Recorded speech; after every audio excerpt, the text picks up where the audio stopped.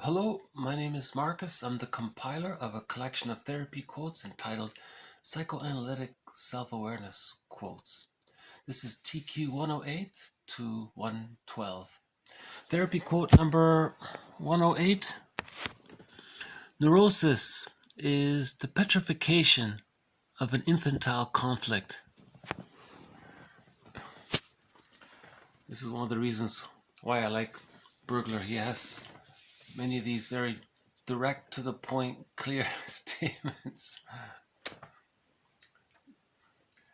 So petrification, so that things are like, you're petrified, you're frozen out of fear, like there's this petrification, Wasn't there a sitcom where the guy used to collect petrified frogs or something? The frog would be afraid and he'd be frozen or something. So that may be like a little mini metaphor of the psychic structure. Like that petrified frog, our memories and our internal world can become petrified or frozen in the case where there's an insecure attachment style. See, that's why it didn't evolve, it didn't get resolved to the secure attachment style, to whole object relations, to the psychological birth. It didn't go through the symbiosis, differentiation, practicing object relations, psychological birth process. During that phase from birth to 3 years old, there was a trauma or something got stuck. See, the trauma can be something repetitive from a parent. If the parent is constantly doing something negative to the child, rewarding his regression, punishing him for individuation, at some point things get stuck, frozen there, and that's called the insecure attachment style. And from this frozen state where the structures, where the split parts didn't come together to form a whole object, where things got repressed and couldn't become integrated into personality, this situation, that's the source of our dysfunctional ideas and habits later on, or it can be, or it's believed to be. That's the theory, right? So the theory is what we learned in childhood can be a template to influence us as an adult. And Bergler says this can be like a broken record. So there's that petrification quality. It's the same thing stuck over and over again. So it's an interesting phrase.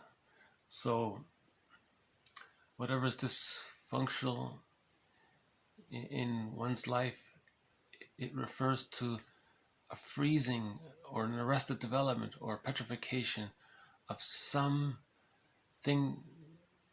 of the developmental process, where somewhere along that developmental process, something got sort of set. It couldn't move forward to the next phase.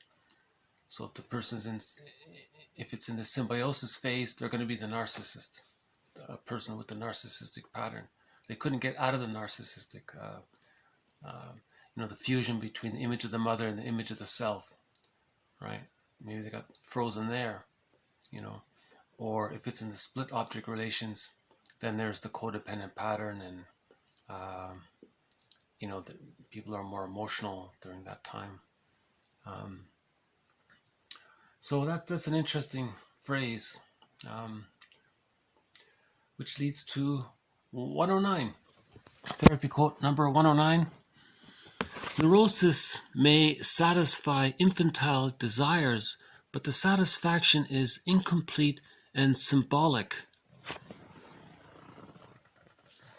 See, there's that repetition compulsion. That quote kind of describes this petrification feeling to it all. You're repeating the infantile wish, but it doesn't really it doesn't get satisfied really, and it's even symbolic because you're referring to the past. So whatever you think is happening in the present, that's a symbol of something that wasn't met in the past. Again, neurosis may satisfy infantile desires, but the satisfaction is incomplete and symbolic. because this inner conflict has been frozen in time, in that timelessness of the unconscious.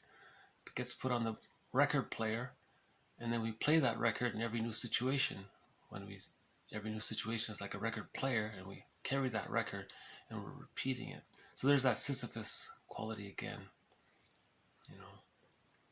So again, the anecdote is to build our ego, strengthen our awareness, to build psychic structure, to handle things, to circulate the energy within more. Right?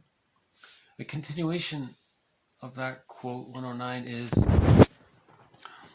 the neurotic symptom is a repetition of an infantile experience. That's an interesting way of putting it, you know.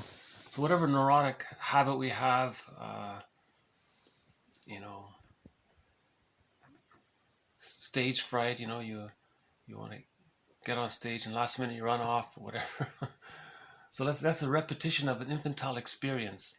So you decide you want to give your speech, then you get stage fright and you run away. Maybe that resembles something in childhood. The child had a wish, something unfortunate happened, causing the child to flee in his mind, emotionally. That was right. So maybe there was a traumatic event in childhood. So if something symbolic, if he's doing something as an adult. Oh, we've got a guest visitor here. Hold on. They're leaving very quickly. So there's the blue jay of happiness. I don't know if it showed on the camera, but he picked up a little bit of food there and took off. The whole thing happened in 1 second. These birds are fast. They just swoop down, pick up the food and take off.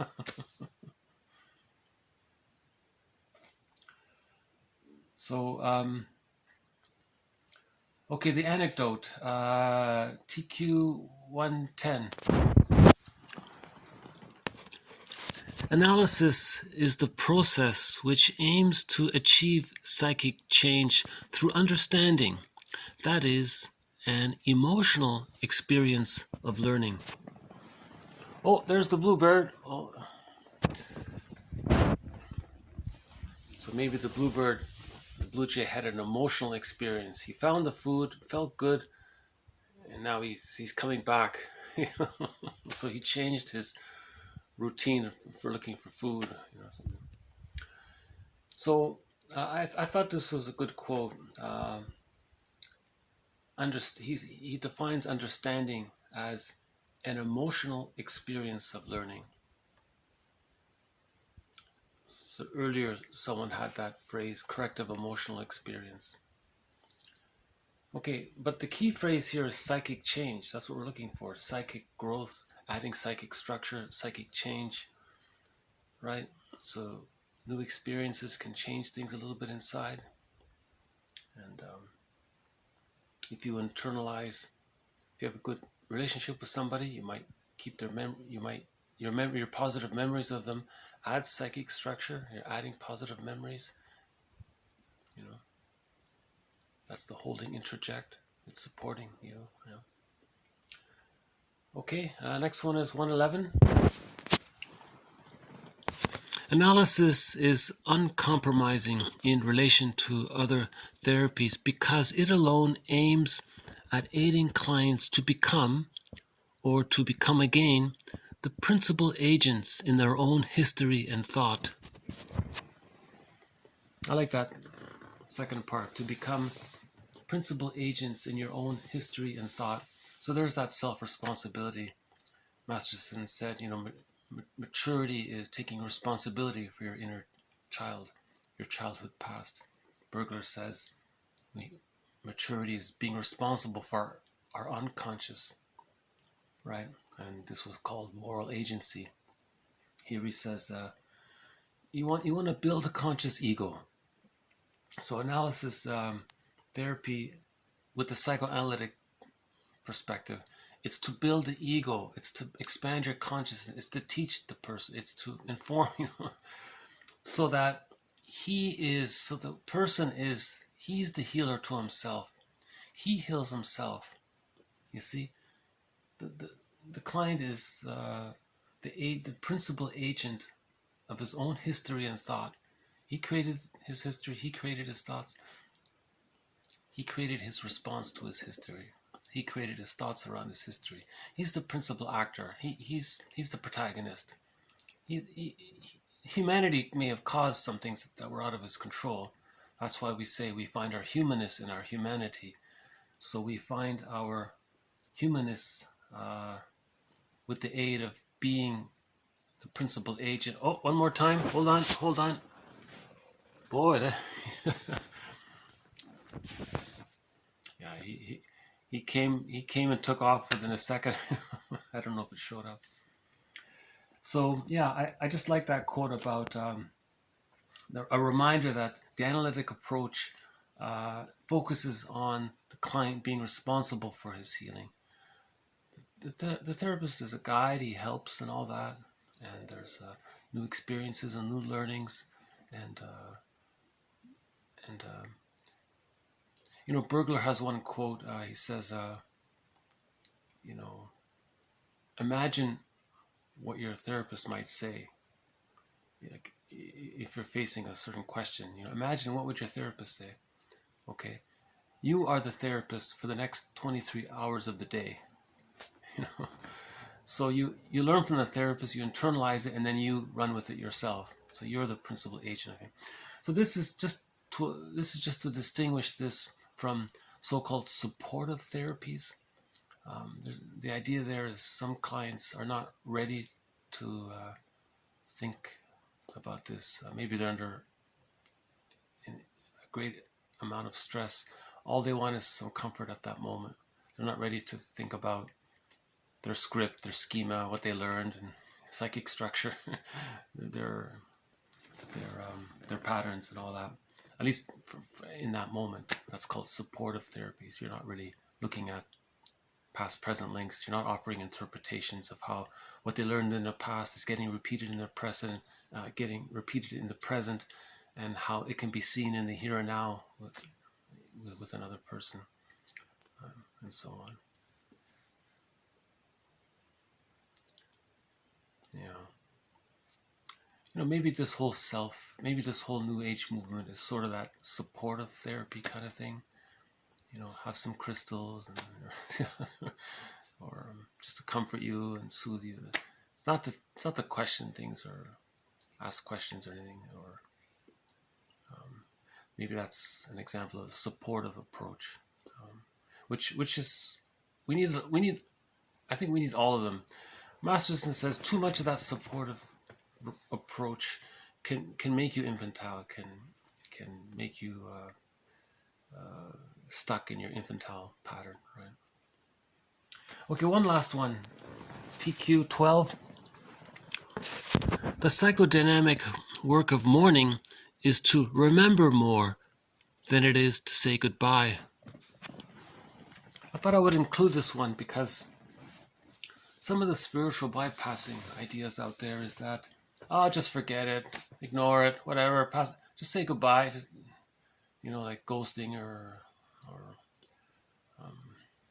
so mourning, it's more about remembering, recalling, what are the two sides?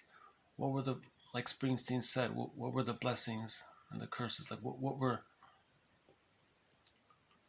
stick with the memories. What were all the memories? And when you get the whole object relation, when you can bring the two sides together, then you can mourn. But if you don't do that work, you really shouldn't be saying, you can't really say goodbye. Remember the previous quote, splitting precludes mourning.